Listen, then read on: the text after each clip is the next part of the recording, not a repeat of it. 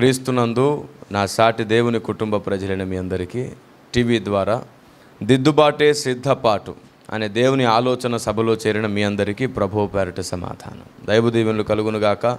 ఈ దినపు ఆలోచనలోనికి వెళ్దాం. గత సందేశంలో వ్రాయబడని దైవ చిత్తం మనం కొంతవరకు నేర్చుకున్నాం. బైబిల్ గ్రంథంలో దేవుని జ్ఞానం ఎక్కువ శాతం మరుగై ఉంది. మరుగై ఉంది అంటే డైరెక్ట్గా వ్రాయబడలేదు అని అర్థం. రాయబడలేదు అంటే పూర్తిగా రాయబడలేదని కాదు, మరుగుగా రాయబడింది, రహస్యంగా రాయబడింది.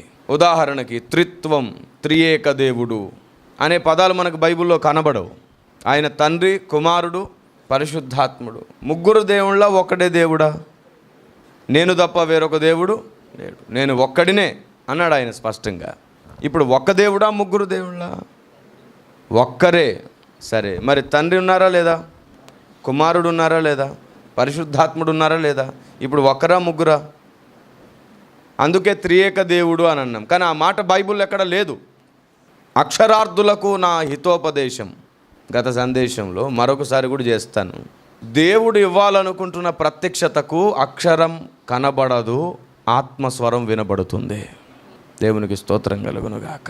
కొన్ని వచనాలను ఆధారం చేసుకొని కొన్ని సంగతులను చూసుకోగలుగుతున్నాం. దేవుడు కోటాను కోట్ల ప్రపంచాలు చేశాడు అన్నాను. బైబిల్ ఆ మాట డైరెక్ట్గా ఉందా? డైరెక్ట్గా ఉండుంటే ఇంకా నేను చెప్పాల్సిన అవసరం లేదు, ఎవడు బోధకుడు అక్కర్లేదు, సువార్తి కూడా అక్కర్లేదు, చదువుకొని పరిపూర్ణతలోనికి వెళ్ళొచ్చు, అన్నీ నమ్మేయచ్చు. మర్మము అంటేనే దాచబడింది, అందరికీ అర్థం కాకుండా మిగిలిపోయింది. నా గొర్రెలు నా స్వరము వినును అన్నాడంటే నా గొర్రెలు కానివి నా స్వరం వినకూడదని ఆయన ఆలోచన. కోట్ల ప్రపంచాలు ఉన్నాయి అని చెప్పాను. దానికి ఆధారం కావాలి కదా అంటే హెబ్రీ పత్రిక 1వ అధ్యాయంలో 2-3 వచనాలు చూసాం. 11వ అధ్యాయం 3వ వచనంలో కూడా ప్రపంచములు అనే బహువచన పదం మనకు కనబడుతుంది. చాలా ఇంగ్లీష్ బైబిల్లో మనకు కేవలం ఏకవచనాన్ని సంబోధించినట్లుగా మనం చూస్తాం. కానీ పురాతనమైనటువంటి తర్జుమా అయినటువంటి కింగ్ జేమ్స్ వర్షన్లో మాత్రం ఖచ్చితంగా వరల్డ్స్ అని బహువచన పదం రాయబడి ఉంటుంది. ఇక హెబ్రీ భాషలోనికి వెళ్తే కూడా బహువచన పదమే అక్కడ ముద్రించబడింది. కొన్ని చోట్లు కొన్నిసార్లు వారి ఉచ్చరించడాన్ని బట్టి, వారి జ్ఞానాన్ని బట్టి అవి మరల్చబడ్డాయి. కానీ వాస్తవ ముద్రణ మాత్రం బహువచన పదంగానే ఇవ్వబడ్డాయి. ఎందుకంటే శాస్త్రీయంగా చూసినా సరే ఇంకా కోటాను కోట్ల గెలాక్సీలను ఇప్పుడు ఇంకా కొత్తగా కనుగొంటున్నారు. మీకు జ్ఞాపకం చేశాను, ఒక సౌర కుటుంబం, సూర్యుడు, దాని చుట్టూ 9 గ్రహాలు, ఇలాంటివి 14 సౌర కుటుంబాలు కలిస్తే ఒక నక్షత్ర కుటుంబం అని పిలుస్తారు. ఇలాంటి నక్షత్ర కుటుంబాలు కొన్ని లక్షలు కలిస్తే దాన్ని నక్షత్ర మండలం, గెలాక్సీ అంటారు. ఇలాంటి గెలాక్సీల మహాసముదాయం ఇంకా వందల వేల గెలాక్సీలను తనలో ఇముడుచుకున్నది మహామండలం. అలాంటి మహామండలాలు కోటాను కోట్లు, 1, 2, 3 కాదు. ఆ కోటాను కోట్ల మహామండలాల నుంచి ఒక్క మండలం తీసుకుంటే అందులో నుండి గెలాక్సీలు లక్షలుంటాయి. అందులో ఆ లక్షల గెలాక్సీలో ఒక గెలాక్సీ తీసుకుందాం. ఆ గెలాక్సీలో లక్షల కొలది నక్షత్ర కుటుంబాలు ఉంటాయి. అందులోంచి ఒక్క కుటుంబం తీసుకుంటే అందులో 14 సౌర కుటుంబాలు ఉంటాయి. ఆ 14లో ఒకటి తీసుకుంటే అందులో నువ్వు, నేను, మనం ఉన్నాం. ఈ లెక్కను చూస్తే ఎన్ని ప్రపంచాలు ఉన్నాయి? ప్రతిదానికి అక్షరం కావాలంటే నేను అడుగుతాను, త్రియేక దేవుడని నమ్ముతున్నావు కదా, అక్షరం ఏది? వాక్యము దేవుడు ఇవ్వలేదని కాదు, ఇచ్చిన వాక్యాన్ని ఆధారం చేసుకొని మనం నమ్మదగినవి నమ్మాలి అని దేవుడు రాయించాడు. Praise the lord. భూగర్భంలో ఒకప్పుడు పరదేశి ఉండేది అన్నాను. ఎప్పుడో చేసిన సందేశం 5 సంవత్సరాల క్రితం. పరదేశి భూగర్భంలో ఉండేది అన్నాను. అలా ఎలా అంటారు కిరణ్ పాల్ గారు? బైబిల్లో ఎక్కడుంది భూగర్భంలో పరదేశి ఉండేను అనే మాట ఉంటే చెప్పడానికి నేను అక్కర్లా, ఎవరూ అక్కర్లేదు. మరి ఎలా నమ్మాలి అంటే రాయబడిన పరిస్థితిని చూసి నమ్మాలి. సమూయేలు ఎక్కడి నుండి వచ్చాడు? చనిపోయిన తర్వాత భూగర్భం నుండి వచ్చాడు. దేవతలలో నుండి ఒకడు పైకి వచ్చుట నేను చూచితినని సాక్ష్యం పలికింది. ఎవరు ఆవిడ? కర్ణ పిశాచము గల స్త్రీ మంత్రగత్తె బిగ్గరగా కేక వేసి భయపడింది. అంటే తాను అనుకున్నది కాకుండా ఇంకేదో కొత్తగా జరుగుతుందని తను వివేచించింది. మరి భక్తులు భూమి లోపల నుంచి రావాలా, పైనుండి రావాలా? పరదేశి పైనున్న మాట వాస్తవం అయితే పైనుండి రావాలి, కానీ ఎక్కడి నుండి వచ్చాడు? భూగర్భం నుండి బయటికి వచ్చాడు. అంత మాత్రమే కాకుండా యేసు మరణించినప్పుడు పక్కనే ఉన్న దొంగను కూడా తీసుకొని వెళ్ళాడు. నేడు నీవు నాతో, నేడు అంటే ఆ నిమిషమేనా, కొన్ని సంవత్సరాలకు కూడానా? ఆ నిమిషమే, ఆన్ ది స్పాట్, ఇప్పుడే. సరే, ఆయన చనిపోయినప్పుడు భూగర్భములోనికి వెళ్ళాడా? మహాకాశాలు దాటి వెళ్ళాడా? యోనా 3 రాత్రింబగళ్ళు చాప గర్భంలో ఎలాగుండేనో మనుష్య కుమారుడు కూడా 3 రాత్రింబగళ్ళు భూగర్భంలో ఉంటాడు. మరి ఖచ్చితంగా ఎక్కడికి వెళ్ళాలి ఆయన? మరి నేడే పరదేశి అన్నాడు అంటే దాని అర్థం ఏమిటి? అప్పుడు పరదేశి ఎక్కడుంది? ఇలా సంభవాలను చూస్తూ కొన్ని విషయాలు అర్థం చేసుకోవాలని దేవుడు రాయించాడు. ఇలా ఎవరికి అర్థం అవ్వాలనుకున్నాడంటే సంఘ శరీరంలో తలగా ఎవరుంటారో వారికి అర్థం కావాలని ఇలా రాశాడు. తల నిర్మాణం కోసమే ఈ మర్మం. ముడత, మచ్చ, కలంకం మరి అటిది ఏదైనాను లేని సంఘం కావాలి. పర్ఫెక్షన్ కావాలి, పూర్తి పర్ఫెక్షన్. ఆమేన్. ఇప్పటి వరకు ప్రపంచం మర్చిపోయిన ఇంకొక విషయాన్ని జ్ఞాపకం చేయడానికి ఈరోజు పరిశుద్ధాత్మ దేవుడు నన్ను పురికొల్పాడు. బైబిల్ గ్రంథంలో చాలా విషయాలు డైరెక్ట్గా రాయబడలేదు. దీనికి గాను నేను 3వ పత్రిక, యోహాను పత్రిక 1వ అధ్యాయం 13వ వచనం కూడా చదివించాను. అక్కడ కూడా సిరాతోనైనాను నేను మీకు రాయడానికి ఇష్టపడలేకపోతున్నాను, నేను నేరుగా మీ దగ్గరికి వస్తాను అని పరిశుద్ధాత్మ దేవుడు అతనిలో నుండే మాట్లాడుతున్నాడు. ఎందుకంటే ఆయన కూడా అన్నీ రాయలేదు. పౌలు గారు రాసిన పత్రికలే మన ముందున్నాయా? పౌలు గారు చేసిన ప్రసంగాలు కూడా ఉన్నాయా? యథార్థంగా ఆలోచించండి, చూద్దాం. ఆయన 3 రాత్రింబగళ్ళు భూగర్భములో ఉండెను అనే మాట మనకు ఉంది కాబట్టి వెంటనే మనం ఏం నమ్మాం? యేసు ప్రభు అక్కడికి వెళ్ళాడని నమ్మాం. ఇలా చాలా విషయాలు రాయబడ్డాయి. కానీ వెంటనే ఆయన పరదేశికి వెళ్తానన్నాడు కదా అనగానే అప్పుడు పరదేశి అక్కడ ఉందని నమ్మాం కదా. మరి పౌలు గారు చేసిన ప్రసంగాల్లో చాలా వరకు పత్రికలే ఉన్నాయి. ఆ ప్రసంగాలు ఎవరు నమ్మాలి, ఎలా నమ్మాలి? కనబడట్లేదుగా, రాయబడలేదుగా. చెప్పనా? ఆయన ఏం ప్రసంగించాడో ఆ ప్రసంగాలనే పత్రికల్లో నిక్షిప్తపరిచి రహస్యంగా జతపరిచి అక్కడో వచనం ఒక్క వచనంలోనే సందేశం అంతా ఉండేటట్టు రాశాడు. ఒక్కొక్క వచనంలో మహామర్మములు నిక్షిప్తపరిచి రాశాడు. అయితే కొన్ని రాయడం సాధ్యపడలేదు. వాటిని దేవుడు ఏం చేశాడంటే అనేక వచనాలను దుప్పట్లుగా కప్పి వాటిని కింద పెట్టాడు. ఒక్కొక్క లేయర్ తీసుకొని వాటిని గుర్తుపట్టాలి. అది మహాసముద్ర గర్భంలో ఉంది. దేవునికి మహిమ కలుగును గాక. Praise the Lord. పత్రికల్లో రాయబడ్డ విషయాలే మన దగ్గర ఉన్నాయి. ఆయన రాత్రింబగళ్ళు కన్నీళ్లు గారుస్తూ అనేకులకు బోధ చేశాడు. ఆ బోధ లేదు అంటే లేదని కాదు, డైరెక్ట్గా అన్నీ రాయబడలేదు అంతే. ఆయన ఏ పునాది వేయాలనుకున్నాడు అవి పత్రికల్లో ఉన్నాయి. దేవుడు రాయించాడు, మిస్ అవ్వనివ్వలేదు. అయితే మిగిలిన పని ఒకటి మాత్రం ఉంది. తరములలోనూ యుగములలోనూ మరుగు చేయబడిన మర్మం ఆయన మైండ్లో పెట్టుకొని చనిపోయాడు. ఇప్పుడు అది ఎవరు చెప్పాలి సంఘానికి అంటే పౌలు గారే రావాలండి, ఇంకెవరు వచ్చినా చెప్పలేరు. అది ఆయన అనుభవ జ్ఞానంలో జీర్ణమైంది. మరి పౌలు ఎలా వస్తాడు? మనుషుడు ఒక్కసారే మృతి పొందేవాళ్ళను. అవును, ఏలియా ఎత్తబడ్డాడు మహిమ శరీరధారిగా. మరలా ఏలియా పుట్టాడు, కిందికి రాడు కూడా. మరలా మాంస శరీరాన్ని ధరించుకోడు ఎలాగో. ఎందుకంటే బ్రతుకుండగానే ఎత్తబడే వారికి సాదృశ్యంగా ఎత్తబడ్డాడు. ఏలియా వచ్చి మరలా చచ్చిపోవాలనుకునే వారికి నా ప్రశ్న, చావకుండానే ఎత్తబడే సంఘం ఎప్పుడు వచ్చి చచ్చిపోతుందో కూడా చెప్పాలి. మరి చెప్పలేరు కాబట్టి మరలా ఏలియా వస్తాడని అనకూడదు. యేసు ప్రభువు కంటే ముందే ఏలియా వస్తాడు, రాకడకు ముందే ఏలియా వస్తాడని రాయబడిందా లేదా? రాయబడింది. ఎలా వస్తాడంటే ఏలియా ఆత్మాభిషేకం దిగి వచ్చి పనిచేస్తుంది. అది మనం లూకాసు వార్త 1వ అధ్యాయం 17వ వచనంలో బాప్తిసమిచ్చి యోహాను జీవితంలో జరగడం మనం చూసాం. ఏలియా యొక్క ఆత్మయు శక్తియు గలవాడై బాప్తిసమిచ్చే యోహాను ఉన్నాడు. ఇది సరైన వాక్యానం. ఇది దేవుడు మనకు చెప్పాలనుకుంటున్న ఆలోచన. కాబట్టి పౌలు గారు కూడా వస్తారు. ఎలా వస్తారు? ఆయన ఆత్మాభిషేకం ఈ భూమి మీదకి దిగి వచ్చి దేవుడు ఎన్నుకున్న వాని తలలోకి వెళ్తుంది. ఇంకా ఆ సంగతులని వాడు చెప్తాడు. అరే నీకు అంత అనుభవ జ్ఞానం ఉందంటే నాకేం లేదు. ఆ అభిషేకానికి ఉంది. లక్షల సంవత్సరాల వయస్సు దానికి ఉంది, లక్షల సంవత్సరాల అనుభవం దానికి ఉంది, లక్షల సంగతులు దాంట్లో ఉన్నాయి. కేవలం బూర మాత్రమే దేవుని దాసుడు, మోగేదంతా అభిషేకమే. దేవునికి స్తోత్రం కలుగును గాక. ఆమె అందుకే we are nothing, always we are nothing. ఎప్పుడు మనం ఉత్తదే, ఏమీ లేదు. మనం ఏం చేయజాలం. ఆయన చిత్తం మనకు తెలియకపోతే మనకి ఏం చేయాలో కూడా తెలియదు.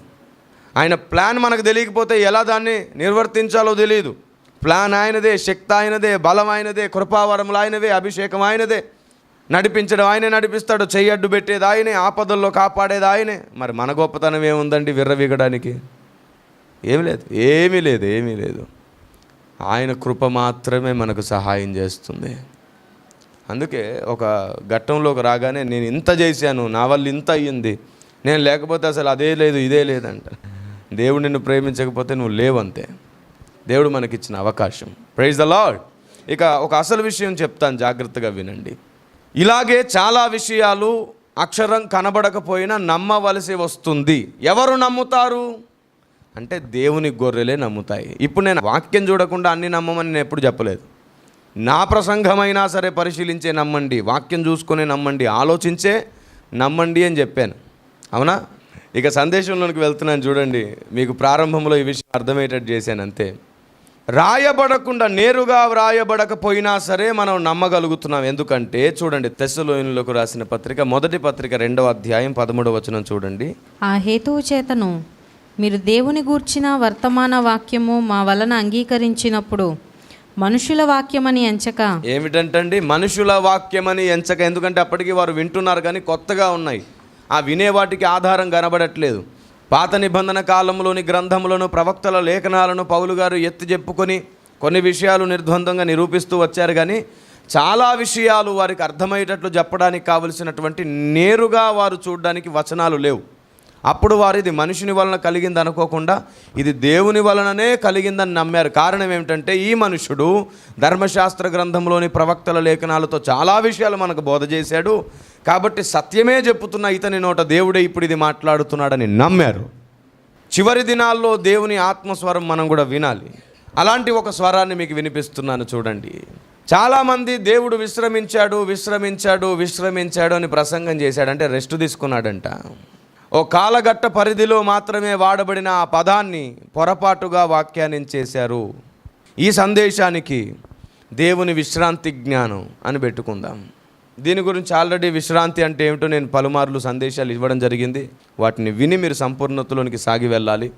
ఇక ఈ సందేశంలో చెప్తున్నాను, ఆదికాండము 2వ అధ్యాయము 2వ వచనం.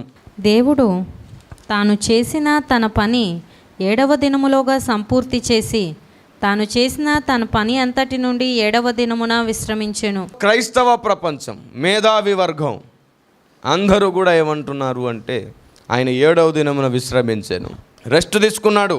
ఇక్కడ రాయబడిన మాటకే వారు మాట్లాడారు కానీ వారు ఏ పొరపాటు చేయలేదు. వారు సరిగ్గానే చెప్పారు. ఇక్కడ విశ్రమించెను అంటే రెస్ట్ తీసుకున్నాడని. కానీ ఆత్మస్వరము వినబడింది. ఆ ఆత్మస్వరాన్ని మీకు వినిపిస్తున్నాను. దేవుడు రెస్ట్ తీసుకోలేదు. సరిగ్గా ఆలోచించండి.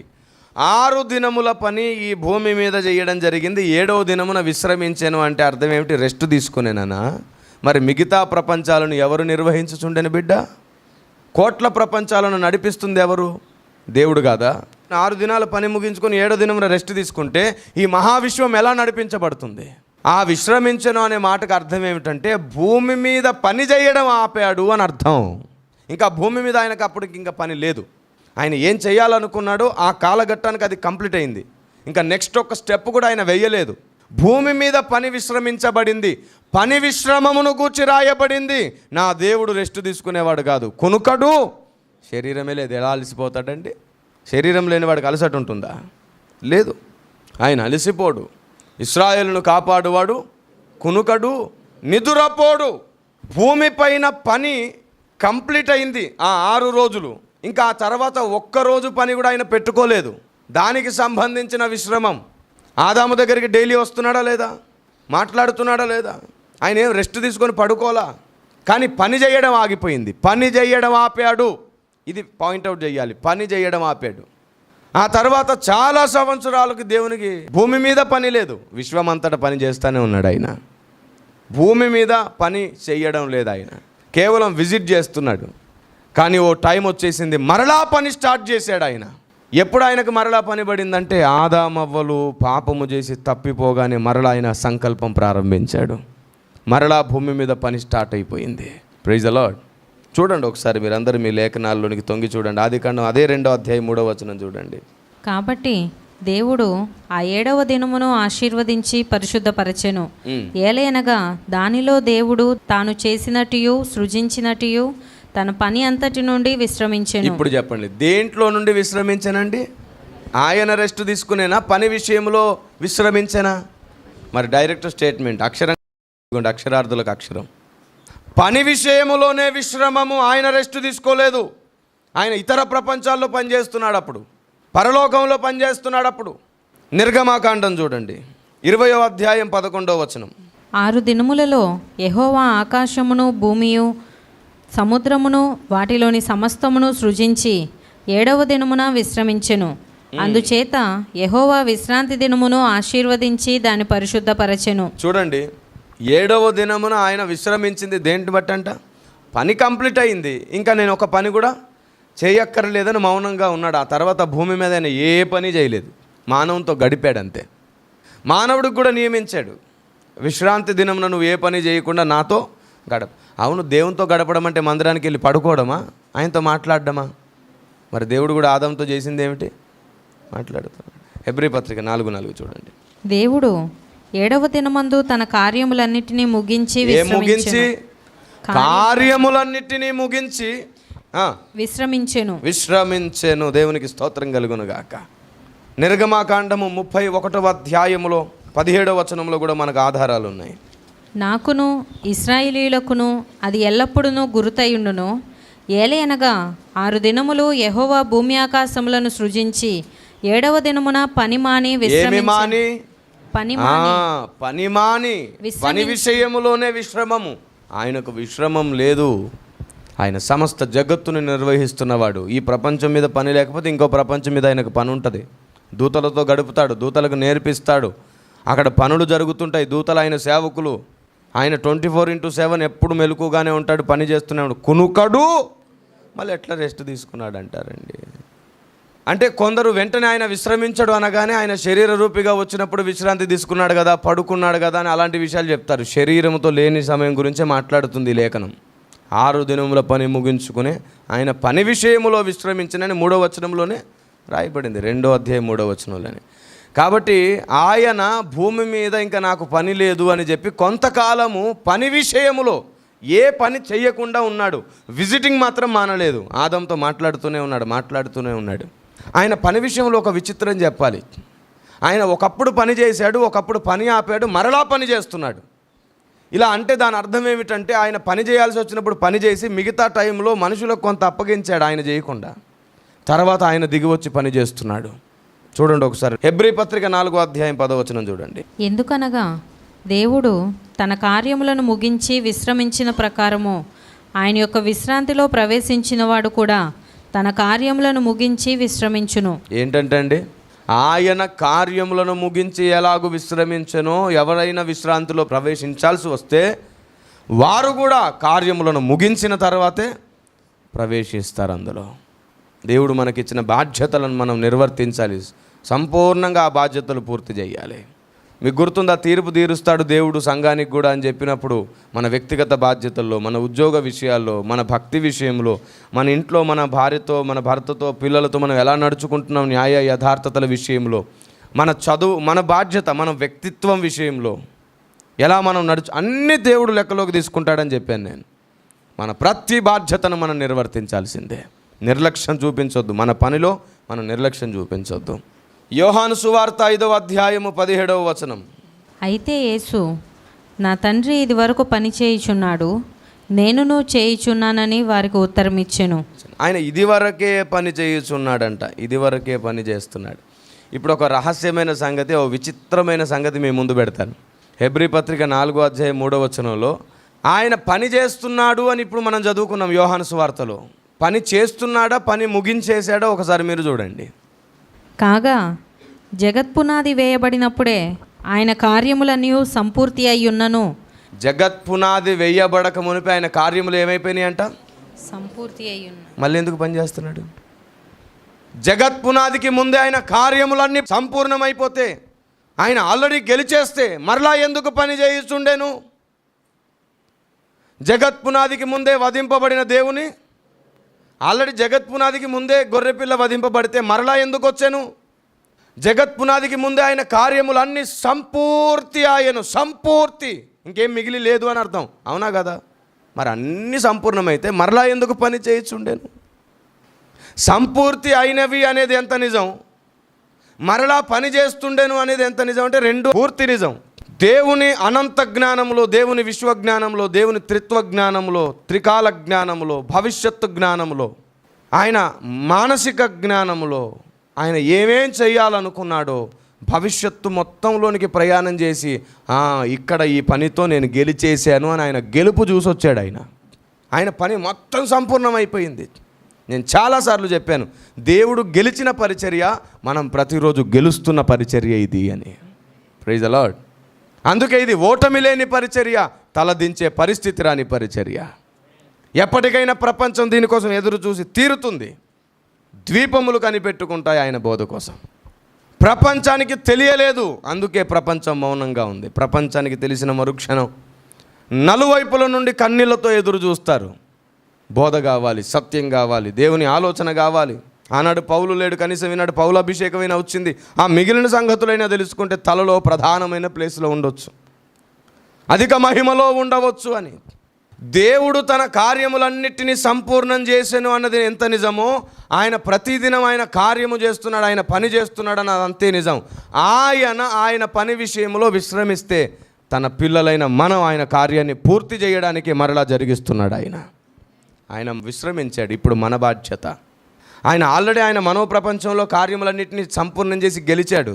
ప్రతిదినం ఇప్పుడు మనం గెలవాలి, గెలిపించాలి ఆయన్ని. అందుకే ఏం రాయబడింది? ఆయన ఎలాగూ విశ్రమించనో మనమును ఆ బాధ్యతలన్నింటినీ, ఆ పనులన్నింటినీ సంపూర్ణం చేసి విశ్రాంతిలో ప్రవేశించవలసి ఉన్నది. నీ బాధ్యత ఆయన పనిని నువ్వు ముగించాలి, ఆయన సంకల్పాన్ని నీవు ముగించాలి. అందుకే ఆయన సంకల్పాన్ని మనకు అప్పచెప్పాడు. మనుషులైన మనకు ఎందుకు అప్పచెప్పాడు అంటే మనం దాన్ని ముగిస్తే మనం కూడా విశ్రాంతిలో ప్రవేశించి అర్హులం అవ్వాలి, మన స్థాయి పెరగాలి, మనం తలగా నియమించబడాలి. ఈరోజు చెప్తున్నాను, ఆయన పని మీరు నేను మనం చేయాలి. ఆయన ప్లాన్ మనం పూర్తి చేయాలి, ఆయన ప్రణాళిక మనం తుదముట్టించాలి. సరే చేద్దాం. ఏది మరి ప్లాన్ ఏంటి? మ్యాప్ ఏది? ప్రణాళిక ఏది? ఇక్కడ సంఘాలన్నీ చితికిలు పడిపోతున్నాయి. అది చెప్పడానికి ఒకడు కావాలి. సంఘానికి, యావత్ క్రైస్తవ ప్రపంచాన్ని నడపడానికి ఒకడు కావాలి. అందరి భక్తుల అభిషేకముతో మూర్తీభవించిన మహారూపం ఒకటి కావాలి. అందుకే ఏలియా వస్తాడు రాకడకు ముందని రాయబడింది. ఏలియా వచ్చి సమస్తము చక్కబెట్టును, నీతిమంతుల వైపు ఈ అవిధేయులను తిప్పుతాడంట. ఈ చివరి తరాన్ని పాత తరమైన అపోస్తుల ప్రవక్తల వైపు తిప్పుతాడు. దేవుని సంకల్పం అంతా బోధిస్తాడు. దేవుడు ముగించమని మనకు అప్పగించిన పనిని ముగించేటట్లు చేస్తాడు. ఆయన విశ్రమించానండి. సిలువలో ఆయన మరణించి విశ్రమించాను. ఇప్పుడు పని మనం చేయడం ప్రారంభించాం. ఆయన పిల్లలు పని చేస్తున్నారు. ఇది వరకు నా తండ్రి పని చేయించుండేను, నేనును చేస్తున్నాను అన్నాడు. ఇప్పుడు ఆయన వెళ్ళిపోయాడు. ఇప్పుడు మనం పని చేయాలి. ఇప్పుడు చెప్పండి, బాధ్యత అంతా ఎవరి మీద ఉందండి? ఎక్కడ బాధ్యతలండి? తినుచు, తాగుచు, పెళ్ళిళ్ళకి ఇవ్వబడుచు, పిల్లల్ని కంటూ, అన్నప్రాసనలు చేసుకుంటూ బతికేస్తున్నాం ఇలాగా సంతోషంతో. ఏదో రొటీన్ లైఫ్. ఏది బాధ్యత? ఏది మన భుజాల మీద బాధ్యత? ఏది? దేవుని కొరకు ఏం చేస్తున్నాం? మనకు నచ్చింది చేసుకుంటున్నాం, మనకు కావాల్సింది చేసుకుంటున్నాం. కానీ నేను చెప్తున్నాను, ఆయన సంకల్పం కోసమే మన జీవితంలో ఏదైనా జరగాలి. మనకు నచ్చింది ఏదైనా జరిగితే అది ఆయన సంకల్పం కోసమే నచ్చింది జరగాలి. Praise the Lord. మనం ఏది చేసినా ఆయన సంకల్పం జరగాల్సిందే. ఆమేన్. ఒక్క న్యాయమైన సూత్రం ముందు పెడతాను, ఎందుకో చివరిలో పరిశుద్ధాత్ముడు జ్ఞాపకం చేశాడు. దేవుని సంకల్పం చేయాలని పరిగెడుతున్నాం, కానీ ఆ ప్రయత్నంలో 1000 మందికి అన్యాయం జరిగింది. ఎంతమందికి? వీరికి అన్యాయం జరిగింది, కానీ ప్రణాళిక మాత్రం సంపూర్ణంగా జరుగుతుంది. ఏం చేద్దాం? సంకల్పం జరుగుతుందా లేదా? మరి 1000 మందికి అన్యాయం జరిగింది. ఎలా నిర్ణయిస్తారు మీరు దీన్ని? ఎలా నిర్ధారణ చేస్తారు? కిరణ్ పాల్ గారు, మనుషులకు అన్యాయం జరుగుతూ దేవుని సంకల్పం ఎక్కడైనా జరిగిద్దా? సరే, ఒకే ఒక ప్రశ్న అడుగుతా. చాలామంది హతసాక్షులు అవుతున్నారు, చాలామంది చంపేస్తున్నారు వాళ్ళని. వాళ్ళ జీవితానికి అది అన్యాయమా కాదా? దేవుడు అనుమతిస్తున్నాడా లేదా? ఇప్పుడు చెప్పు, వాళ్ళు చనిపోవడం కూడా సంకల్పంలో భాగమైందా? చాలామంది తమ ప్రాణాలను పోగొట్టుకుంటున్నారు సేవ కోసం. అయ్యయ్యా ఎంత అన్యాయం జరిగిపోయింది ఈ కుటుంబానికి, ఆయన్ని దేవుడు తీసుకెళ్ళిపోయాడు అంటున్నారా లేదా? ఏం చెప్పండి, ఆ అన్యాయంలో న్యాయం ఎంత ఉంది? అయితే కాబట్టి ఏమందుము దేవుని యందు అన్యాయము కలదా? అట్లా అనరాదు. మరి ఎట్లా అనాలి? ఆయన ప్లాన్ ఏమైందో అది తెలిస్తే మనం అదే అంటాం. నేను ఒకటి చెప్పనా, ఆయన ప్రణాళిక జరగడానికి ఒకవేళ 1000 మందికి అన్యాయం జరిగినా సరే అది వారి భాగ్యం. క్రీస్తు నిమిత్తం అన్యాయం అయ్యాం మేము, క్రీస్తు నిమిత్తం శాపగ్రస్తులం అయ్యాం మేము, క్రీస్తు నిమిత్తం సమస్తం పోగొట్టుకున్నాం మేమనే సాక్ష్యం నిత్యత్వ మహిమకు కారణమవుతుంది. ఆయన కోసం ఏమైపోయినా సరే అది న్యాయమే. మీరు చెప్పండి, ఒక సైనికుడు పెళ్లి చేసుకున్నాడు, భార్య ఉంది, 2 పిల్లలు ఉన్నారు. రాజు కోసం చనిపోవడానికి యుద్ధానికి వెళ్ళాడు. భార్యకు అన్యాయం చేసినట్ట కాదా? పిల్లలకు చేసింది అన్యాయమా కాదా? సైనిక కర్తవ్యం రాజు కోసం ప్రాణం ఇవ్వడం. మరి భార్య పిల్లలు కావచ్చును, కానీ నా కర్తవ్యానికి వచ్చేసరికి సెంటిమెంట్స్ నా ముందుండవు. న్యాయము నేను ప్రాణం పెట్టడమే యుద్ధంలో. ఇప్పుడు అర్థమవుతుందా? ఎంతసేపు సెంటిమెంట్లో పడిపోతాం మనం. నాకు అన్యాయం జరిగింది, నాకు అన్యాయం జరిగింది. దేవుని కొరకు అది జరుగుట నీకు భాగ్యమని ఎంచుకున్న రోజు నీవు మహిమను పొందుతావు, అధిక మహిమను పొందుతావు. పౌలు గారు ఏమన్నారు? ఆయన నిమిత్తం నేను సమస్తం నష్టంగా ఎంచుకున్నాను, పెంటగా ఎంచుకున్నాను. నేను మరలా చెప్తున్నాను, సంకల్పం కోసం ఎవరికి ఎన్ని నష్టాలు జరిగినా అది భాగ్యమే.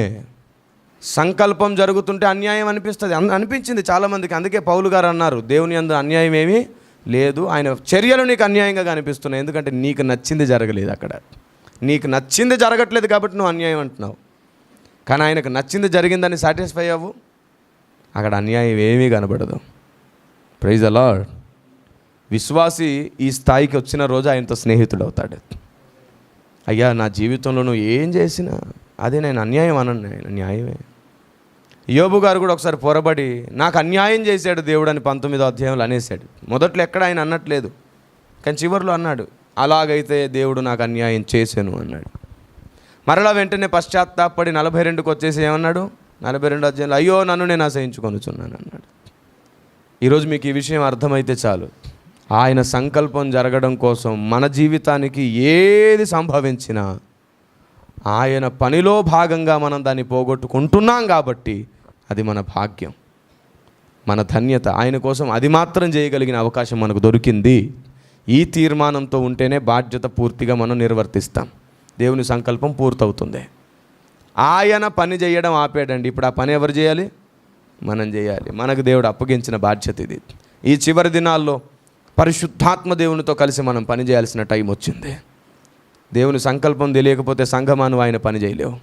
ఈ చివరి దినాల్లో ఆశీర్వాదాలు దీవెనలంటూ సంఘాలు బతకండి. దేవుని ప్రణాళిక ఏమిటో తెలుసుకోండి, అదే నిర్వర్తించడానికి బతకండి. విశ్రాంతిలో ప్రవేశించినప్పుడు మహిమ నుండి అధిక మహిమకు సాగుతారు మీరు. ప్రభువు మీకు తోడయుండునుగాక. ఆయన పనిని సంపూర్ణంగా నిర్వర్తించే జ్ఞానము దేవుడు మనకు దయచేయునుగాక. ప్రార్థన చేసుకుందాం. దయగలిగిన మా ప్రభువా, ఈరోజు మీరు మాకు నేర్పిన యథార్థత, న్యాయము, ఉన్నతమైన సూత్రము, వాక్యమర్మము, ప్రత్యక్షత, బలం, నీ కృతజ్ఞతలు నాయన. ఈరోజు మా విశ్వాసాన్ని ఇంకొక మెట్టు ఎక్కించినందుకు వందనాలు. ఇంకో రోషం కలిగిన తీర్మానం మాలో పుట్టించినందుకు వందనాలు. ఒకడు న్యాయమని ఈ లోకంలో శాశ్వత కాలం బతకలేడు గనక నీ చిత్తం కొరకు వాడు బలి అయినా సరే నీవు వాడికి నిత్యత్వ న్యాయం చేస్తావు. అదే న్యాయమని ఈరోజు ఇంకొకసారి నేర్చుకున్నాం. శాశ్వత న్యాయము జరుగుట నీ చిత్తం. నీ పిల్లలు సిద్ధ మనసు కలిగి వర్ధిల్లుటకు సహాయం చేయండి డాడీ. కనికరించండి, కనికరించండి. నీ చిత్తం కొరకు, నీ ఆలోచనల కొరకు సమస్తాన్ని పోగొట్టుకోవడానికైనా వెనుకాడని రోషము కలిగిన దీపాలను అనుగ్రహించండి. ఇక్కడ నీ కొరకు సమస్తాన్ని పోగొట్టుకుని వాడే అక్కడ సమస్తమును సంపాదించుకున్న మాట నెరవేరు వరకు పరిగెత్తించండి మమ్మల్ని మేము నీ చేతికి అప్పగిస్తూ ఈ చివరి దినాల్లో నీ పని కొరకు మాకేమేమి కావాలో వాటన్నిటిని మీరే సమకూర్చమని యేసు నామములో ప్రార్థన చేస్తున్నాము తండ్రి. Amen. May God bless you. స్థిరమైన తీర్మానంతో వర్ధిల్లుతాం. సర్వ సత్యమేవ జయతే. ఆమెన్.